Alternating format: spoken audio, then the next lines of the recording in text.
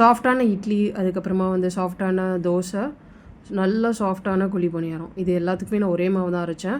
So first நான் 3 cup idli அரிசி எடுத்திருக்கேன். ஸோ இது வந்து ஒரு கப்பு தான் எடுத்திருக்கேன். அதுக்கப்புறமா 1 கப் பச்சரிசி. So 4 cup. அதில் 1 கப் உளுந்து, கொஞ்சோண்டு வெந்தயம். ஸோ இதை நல்லா வாஷ் பண்ணிவிட்டு ஊற வச்சுட்டேன்.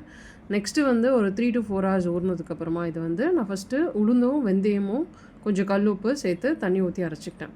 ஸோ இது எடுத்து வேறு பாத்திரத்தில் ஊற்றிட்டு, அரிசி வந்து கொஞ்சம் நிறையா இருக்கும். ஸோ அதனால் வந்து நான் பெரிய மிக்சியில் 2 பேட்சாக செப்பரேட் பண்ணி கொஞ்சம் தண்ணி ஊற்றி அரைச்சி வச்சுட்டேன். ஸோ இப்போது வந்து இந்த உளுத்தம் பருப்பு மாவு, 2 அரிசி மாவு எல்லாத்தையும் சேர்த்து ஒன்றா மிக்ஸ் பண்ணிவிட்டு, நெக்ஸ்ட் டேக்கு என்ன மாவு புளிக்கணுமோ அந்த மாவு மட்டும் ஒரு சின்ன கிண்ணத்தில் ஊற்றிட்டு வெளியே வச்சுட்டு, மிச்ச மாவை வந்து புளிக்க வைக்க மாட்டேன், தூக்கி ஃப்ரிட்ஜில் வச்சுடுவேன். ஸோ இந்த மாவு வந்து ஃப்ரிட்ஜில் இருக்க மாவு வந்து ஒரு 8 to 9 ஹவர்ஸ் பிஃபோர் எடுத்து ஒரு கிண்ணத்தில் ஊற்றிட்டு, கரெக்டாக ஒரு 1 ஹவர் கழிச்சிட்டு நல்லா ஆறுனதுக்கப்புறம் சில்னஸ் போயிட்டோடனே கையில் மிக்ஸ் பண்ணி வச்சுடுவேன். ஸோ நல்லா ஒரு 8 ஹவர்ஸ் கழிச்சதுக்கப்புறம் நல்லா புளிச்சிடும்.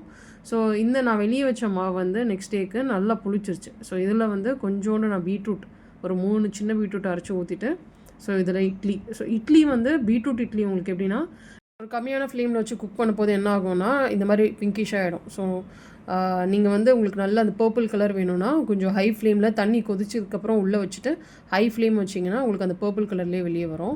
அதே மாதிரி நான் தோசையும் ஊற்றினேன். ஸோ எல்லா மாவுமே நான் இப்போ தோசைக்கு தனியாக எடுத்து வச்ச மாவு, தோசைக்கும் ஒரு 8 ஹவர்ஸ் பிஃபோர் எடுத்து வச்சு கையில் கலக்கி வச்சுது.